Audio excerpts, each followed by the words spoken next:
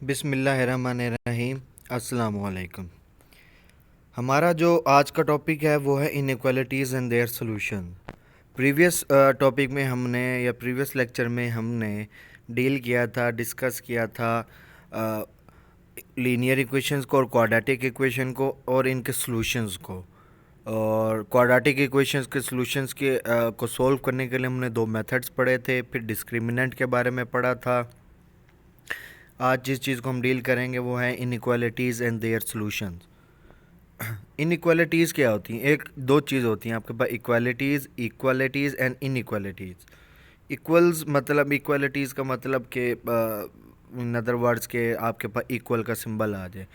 Inequalities क्या होती हैं कि कोई से भी आपके पास जो एक्सप्रेशन है वो लेस देन, ग्रेटर देन, इस तरह की चीज़ों में आ जाए। तो नीचे इनइक्वालिटीज़ की डेफिनेशन दी हुई है। Inequalities express the condition that two quantities are not equal. One way of expressing this condition is by using the inequality symbol less than and greater than. ये जो आपको साइन नज़र आ रहे हैं ये वाले दो, ये बेसिकली ये वाला जो पहला साइन है, सिंबल है, ये लेस देन का सिंबल है, और ये वाला जो सिंबल है ये ग्रेटर देन का सिंबल है। The following illustrate the use and interpretation of these symbols. Inequality वो जैसे कि इस डेफिनेशन में बता रहा है कि दो क्वांटिटीज़ इक्वल ना हो। हम इसको जो यूज़ करते हैं, इन कंडीशंस को यूज़ करने के लिए जो सिंबल यूज़ करते हैं वो लेस देन या ग्रेटर देन होता है। नीचे तीन आपको पार्ट्स दिए हुए हैं, टेबल दिया हुआ है, उसमें तीन एग्जांपल्स दी हुई हैं, ए, बी और सी। पार्ट नंबर ए में क्या है? 3 लेस देन 5। अब ये लेस देन का क्या मुराद है? अब देखें, ये इनइक्वालिटी है, लेकिन ये इनइक्वालिटी ट्रू है। आपको पता है कि तीन डेफिनेट सी बात है कि जो 3 नंबर है वो लेस देन है, यानी कि छोटा नंबर है 5 से। तो 3 इज़ लेस देन 5, आप इसको इस तरह से लिखेंगे कि अगर आप वर्डिंग में मैं बताना चाहूँ कि आपको मैं सेंटेंस दूँ कि इसको मैथमेटिकली लिखें कि नंबर 3 लेस देन नंबर 5, तो मैथमेटिक्स में आप इसको कैसे लिखेंगे? पार्ट नंबर ए जैसे लिखा हुआ है, ये सिंबॉलिक नोटेशंस आप इसको कह लें। Part number B, x greater than 100, the value of x greater than 100, ये क्या है? पार्ट नंबर बी ये भी बताता हूँ। Part number C, 0 less than y less than 10, the value of y is greater than 0 and less than 10। नीचे एक paragraph दिया हुआ है, इस पैराग्राफ में तीनों पार्ट्स के बारे में बताया हुआ, part number A, part number B and part number C. These inequalities are strict inequalities since the items being compared can never equal one another.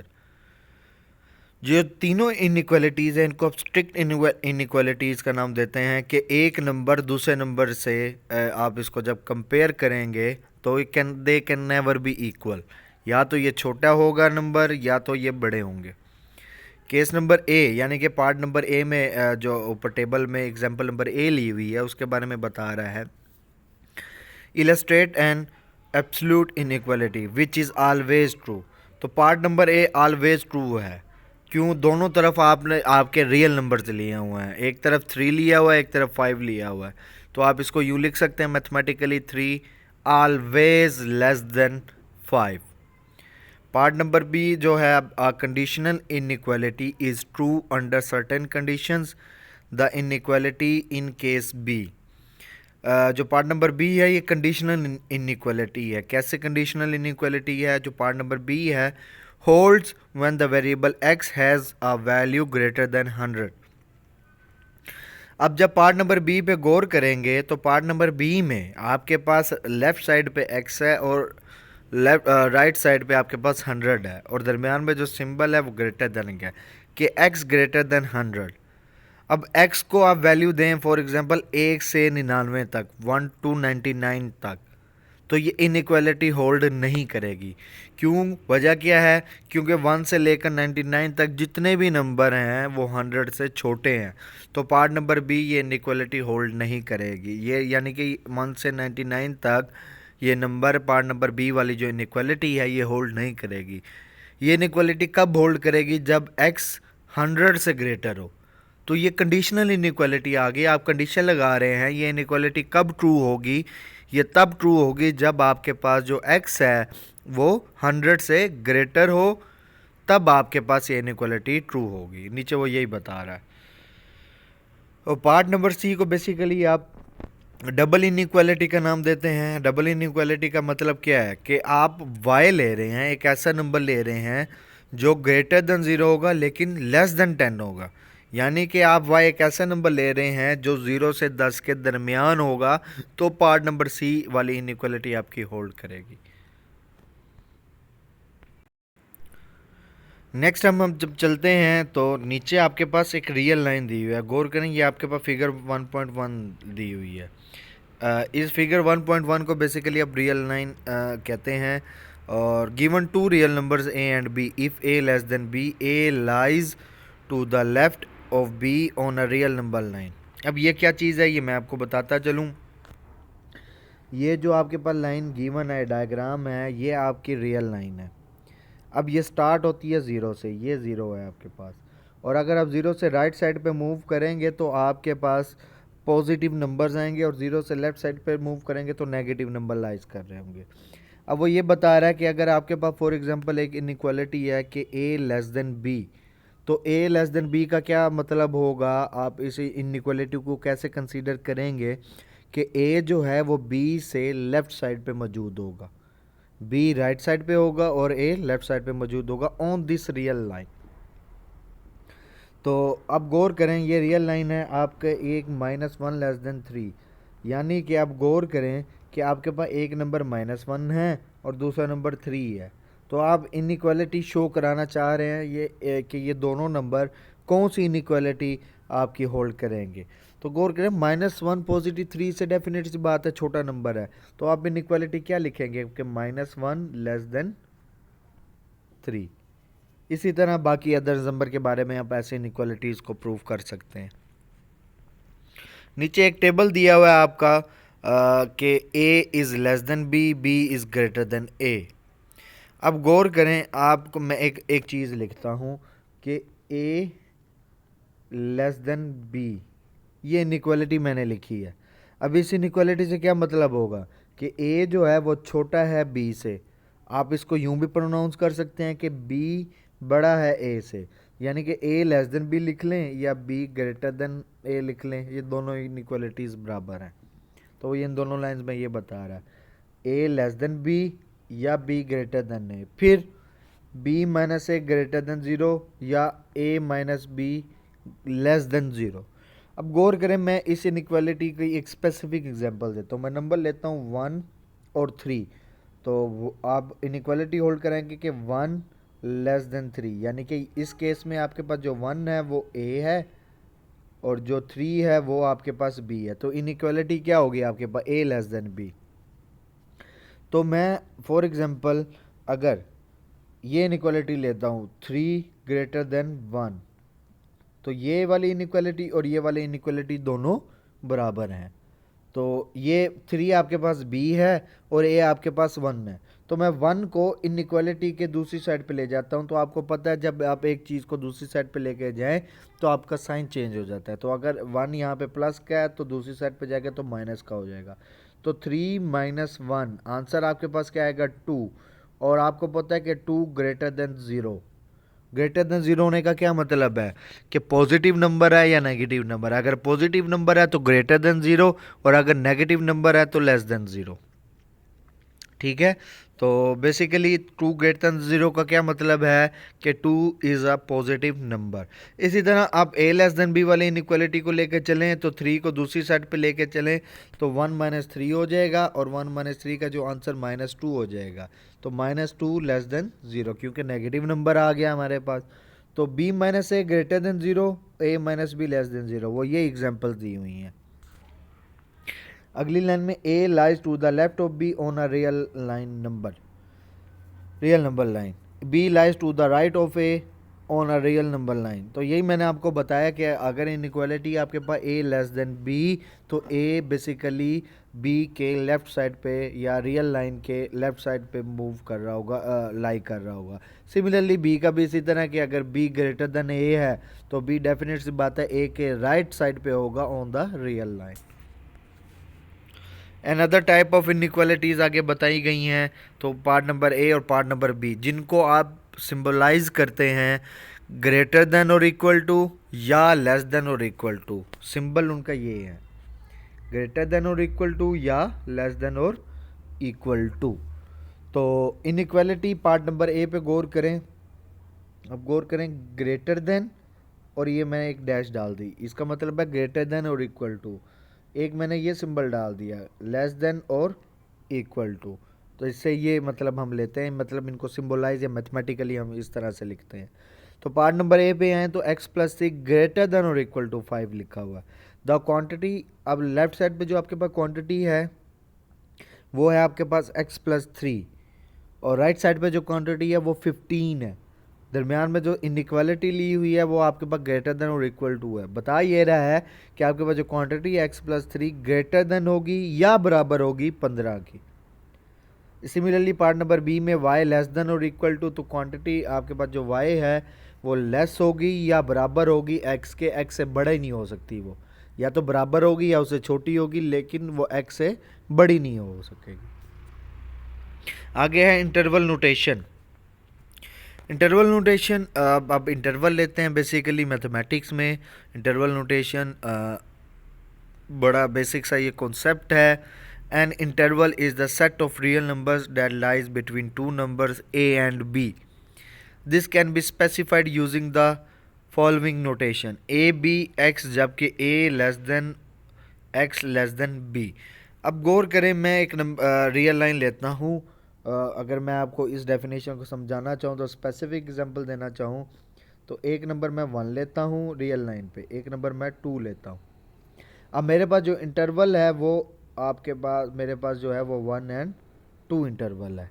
अब उसको बताया ये गया है, अब देखिए 1 और 2 के दरमियान तो बहुत सारे नंबर हैं। अब 1 और 2 के दरमियान मैं नंबर 1.5 भी ले सकता हूँ, 1.6 भी ले सकता हूँ, 1.7, 1.9 एंड सो ऑन। बहुत सारे 1 और 2 के दरमियान नंबर एग्जिस्ट करते हैं। तो मैं कहूँगा कि मेरा जो इंटरवल है वो 1 और 2 है, सच डैट कि 1 less than x less than 2, कि मैं ऐसे नंबर कंसीडर कर रहा हूँ जो 1 और 2 के दरमियान है। अब 1 और 2 के दरमियान मेरे पास लेट से x है। अब x can be 1, x can be 2, x can be 1.1, 1.2, 1.11, 1.01, it can be anything, any number. लेकिन वो ऐसे नंबर होंगे जो 1 से बड़े होंगे। अब देखें x ग्रेटर देन 1 है और x लेस देन 2 है, कि लेकिन वो ऐसे नंबर होंगे जो 1 से बड़े होंगे और 2 से छोटे होंगे। ठीक है, तो हमारा इंटरवल क्या हो गया, 1 और 2। 1 और 2 इंटरवल का क्या मुराद होगा कि मैं ऐसे नंबर ले रहा हूँ जो 1 और 2 के दरमियान रहेंगे, यानी कि 1 से बड़े और 2 से छोटे। आगे इंटरवल की टाइप्स आ जाती हैं। बेसिकली आप इंटरवल जो पहली टाइप है वो ओपन इंटरवल है।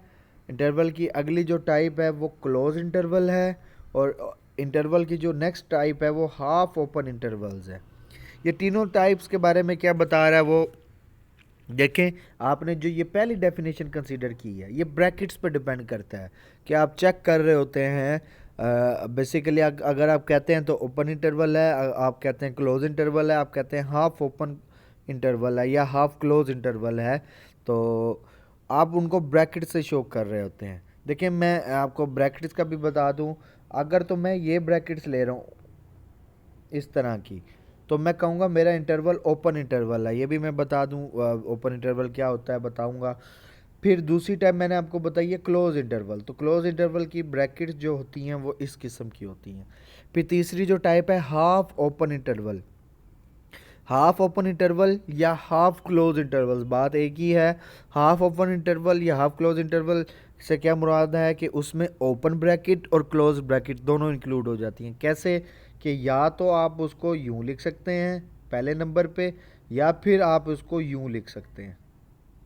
अब गौर करें, ये वाला जो ब्रैकेट मैंने ली है ये वाली, इसमें जो मेरे पहली ब्रैकेट है वो क्लोज्ड है और दूसरी ब्रैकेट ओपन है। और दूसरे इंटरवल में मैंने क्या लिया कि इसमें जो पहली ब्रैकेट है वो ओपन है और दूसरी जो ब्रैकेट है वो क्लोज्ड है। तो आप इन दोनों को आप नाम देते हैं हाफ ओपन इंटरवल्स या हाफ क्लोज इंटरवल्स। तो ये ब्रैकेट्स का अब देखें आप, जो पहली ये डेफिनेशन है इंटरवल की, यहाँ पे दोनों ब्रैकेट्स ओपन ली हुई है तो आप कहेंगे ओपन इंटरवल है। दूसरी वो जो डेफिनेशन ले रहा है, दोनों जो ब्रैकेट है वो क्लोज इंटरवल वाली ली हुई हैं, ये वाली ब्रैकेट्स ली हुई हैं, तो इसको आप कहेंगे क्लोज इंटरवल है। अच्छा, अब क्लोज इंटरवल या ओपन इंटरवल, इन दोनों में क्या फ़र्क है? ओपन इंटरवल्स में क्या होता है, क्लोज इंटरवल्स में क्या होता है? ओपन इंटरवल में बेसिकली आपके जो एंड पॉइंट है, मतलब एंड पॉइंट से मुराद क्या होगा यहाँ पे, ए और बी, इसमें आप ए और बी कंसीडर नहीं करेंगे, ये वाले पॉइंट कंसीडर नहीं करेंगे, लेकिन इनके दरमियान जितने भी पॉइंट्स होंगे आप उनको कंसीडर करेंगे। मैं इस चीज़ को दोबारा रिपीट कर रहा हूँ, ये जो नीचे पैराग्राफ लिखे हुए हैं इसमें ये यही बता रहा है, मैं दोबारा रिपीट कर देता हूँ कि ओपन इंटरवल में आप इंटरवल के जो एंड पॉइंट्स हैं, एंड पॉइंट से मतलब क्या होगा मेरा, ए और बी, कि इंटरवल कहाँ से शुरू हो रहा है और कहाँ पे ख़त्म हो रहा है, ये मेरे एंड पॉइंट्स होंगे। इनको ओपन इंटरवल में मैं कंसीडर नहीं करूँगा, लेकिन इनके दरमियान वाले जितने भी पॉइंट्स होंगे वो सारे मेरे इंटरवल में इंक्लूड होंगे, लेकिन एंड पॉइंट्स मेरे इंटरवल में इंक्लूड नहीं होंगे। जबकि क्लोज इंटरवल इसका इन्वर्स है। इन्वर्स से मुराद कि क्लोज इंटरवल में आपके एंड पॉइंट्स दोनों शामिल होंगे, इंटीरियर पॉइंट यानी और इनके अंदर वाले पॉइंट्स भी शामिल होंगे। मैं दोबारा रिपीट कर रहा हूँ, क्लोज इंटरवल में आपके जो एंड पॉइंट्स हैं ए और बी, ये दोनों भी शामिल होंगे, और ए और बी के दरमियान जितने भी नंबर्स होंगे वो भी हम कंसीडर करेंगे। नीचे हाफ ओपन इंटरवल्स या हाफ क्लोज इंटरवल्स, इससे क्या मुराद होगा मेरा? इससे मुराद ये होगा कि इससे मुराद मैं ये लूँगा कि फॉर एग्जांपल अगर मैं ये इंटरवल लेता हूँ, ये इंटरवल लिया हुआ है ए और बी, अब गौर करें यहाँ पे ए से ओपन इंटरवल है और बी से क्लोज है, तो इससे क्या मुराद होगा कि मैं इस इंटरवल में अपना जो एंड पॉइंट है इनिशियल, पहला एंड पॉइंट ए जहाँ पे ओपन इंटरवल है, वो पॉइंट कंसीडर नहीं करूँगा, लेकिन एंड वाला पॉइंट कंसीडर करूँगा क्योंकि वहाँ से वो क्लोज्ड है। तो पहले वाले जो ओपन इंटरवल है, ए वाला पॉइंट जहाँ पे ओपन इंटरवल वाली ब्रैकेट है, मैं ए कंसीडर नहीं करूँगा, लेकिन ए से आगे बी तक जितने भी नंबर्स होंगे मैं उन सब नंबर्स को कंसीडर कर रहा हूँगा, इंक्लूडिंग बी। और जब कि दूसरी जो इंटरवल की टाइप है ये ए और बी, ए से बी, यहाँ पे आप गौर करें ए से क्लोज्ड है लेकिन बी से ओपन है, तो इसमें क्या होगा कि मैं ए और ए से आगे जितने भी नंबर्स होंगे वो मैं सारे इंक्लूड करूँगा, लेकिन बी को मैं इसमें इंक्लूड नहीं करूँगा। तो ए या ए से लेकर बी से पहले पहले तक जितने भी नंबर्स होंगे मैं वो सब को इंक्लूड कर लूँगा, कंसीडर करूँगा, लेकिन बी वाला पॉइंट मैं इंक्लूड नहीं करूँगा। नीचे आपकी फिगर 1.2 है, इसने डायग्राम यानी कि ग्राफिकली भी बताया है कि open interval, closed, half open, half close, diagrammatically वो बता रहा है कि अब देखें ये चार आपको बेसिकली इंटरवल्स बताए हैं, इन चारों इंटरवल्स को वो वन बाय वन बता रहा है, चार ही डायग्राम उसने बनाई हैं। अब इसमें गौर करें, उसने जो पहली लाइन बनाई है ये रियल लाइंस ही हैं आपकी। अब गौर करें, मैं एक रियल लाइन पे एक ये रियल लाइन बनाता हूँ, इस पे पॉइंट ए लेता हूँ और ये पॉइंट बी लेता हूँ। अगर मैं कहता हूँ मेरा जी ओपन इंटरवल है, तो ओपन इंटरवल है, तो ओपन इंटरवल में मैंने आपको क्या बताया है कि ए और बी यानी कि एंड पॉइंट्स इंक्लूड नहीं होंगे। तो मैं क्या करूँगा, अगर ग्राफिकली उसको शो करना चाहूँ कि ओपन इंटरवल है, तो मैं ए में भी एक ये छोटा सा सर्कल बना दूंगा और बी में भी एक ये छोटा सा सर्कल बना दूंगा, होल टाइप, जिसको आप होल कहते हैं। ठीक है, इससे ये डायग्राम आपको देख के समझ जाएंगे कि भाई ये ओपन इंटरवल है, दोनों तरफ से ए और बी के दरमियान जितने नंबर हैं उनको हम कंसीडर कर रहे हैं, लेकिन ए और बी को इंक्लूड नहीं कर रहे। तो वो बेसिकली ये देखें इसने ये बनाया इस डायग्राम में।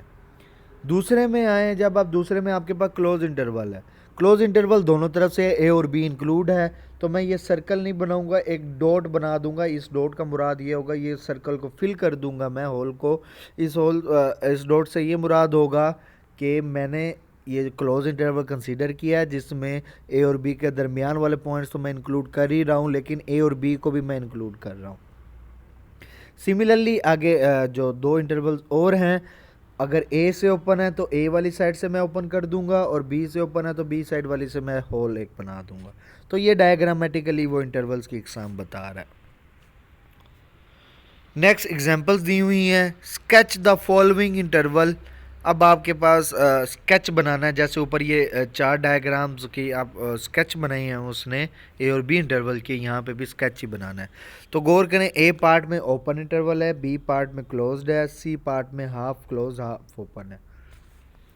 तो पहली का ग्राफ बनाऊंगा मैं, तो गौर करें ये मैं रियल लाइन लेता हूँ।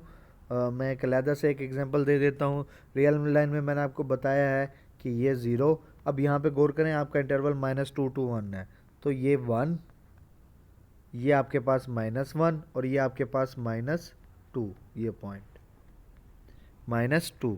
तो -2 to 1 ओपन है, तो मैं 2 में एक छोटा सा होल बना दूंगा, 1 में भी एक छोटा सा होल बना दूंगा, और इस चीज़ को मैं बेसिकली एक यूं कर दें, इस लाइन को मैं बोल्ड कर दूंगा कि मैं -2 to 1 तो इंक्लूड कर ही रहा, -2 एंड -1 इंटरवल में इंक्लूड नहीं कर रहा, लेकिन इनके दरमियान वाले जितने भी पॉइंट्स हैं उन सबको मैं इंक्लूड कर रहा हूँ। इसी तरह पार्ट बी, इसी तरह पार्ट सी आपने स्केच करना है।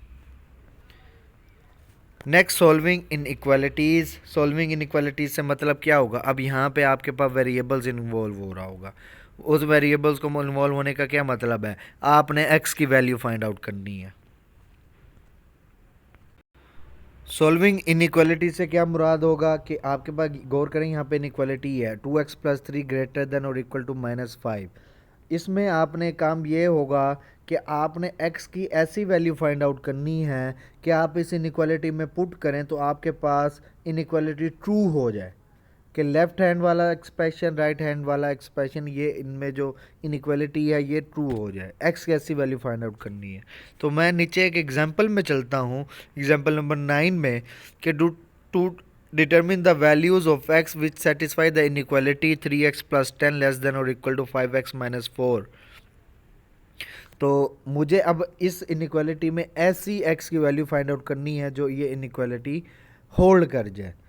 तो basically inequality 3x + 4 less than और इक्वल टू 5x है। Subtracting 3x from both sides results in 14 less than 2x। अब गो क्या करें, आपने या आप इसको यूं भी कर सकते हैं कि 3x दोनों तरफ से सब्ट्रैक्ट कर दें। तो गौर करें, ये 3x और यहाँ पे 5 है, तो यहाँ पे 3x - 3x 0 हो जाएगा, बच क्या जाएगा सिर्फ 14, और 5x - 3x बच क्या जाएगा 2x। यहाँ से आप 2 को दोनों तरफ डिवाइड कर दें तो x ग्रेटर देन और इक्वल टू 7 आ जाएगा। तो आप कहेंगे x ग्रेटर देन और इक्वल टू 7 आप वैल्यूज़ रखेंगे, यानी कि x = 7 या इससे बड़ी x की वैल्यूज़ रखेंगे तो ये इनइक्वालिटी होल्ड करेगी, अदरवाइज़ ये इनइक्वालिटी होल्ड नहीं करेगी। तो आप x की ऐसी, ये कंडीशनल इनइक्वालिटी आ गई कि आप x को 7 या 7 से बड़ी वैल्यू रखेंगे इनइक्वालिटी में तो इनइक्वालिटी होल्ड करेगी, अदरवाइज इनइक्वालिटी अनट्रू हो जाएगी। नीचे उसका स्केच भी दिया हुआ है। नेक्स्ट एग्जांपल 10 है, बिल्कुल आपने इनइक्वालिटीज़ अब नीचे सारी सॉल्व करनी है। नीचे जितनी भी एग्जांपल्स हैं या प्रैक्टिकल एक्सरसाइजेज हैं ये आप लोगों ने करनी है। नहीं समझ आएगी ये आप लोग मुझसे डिस्कस कर लेंगे।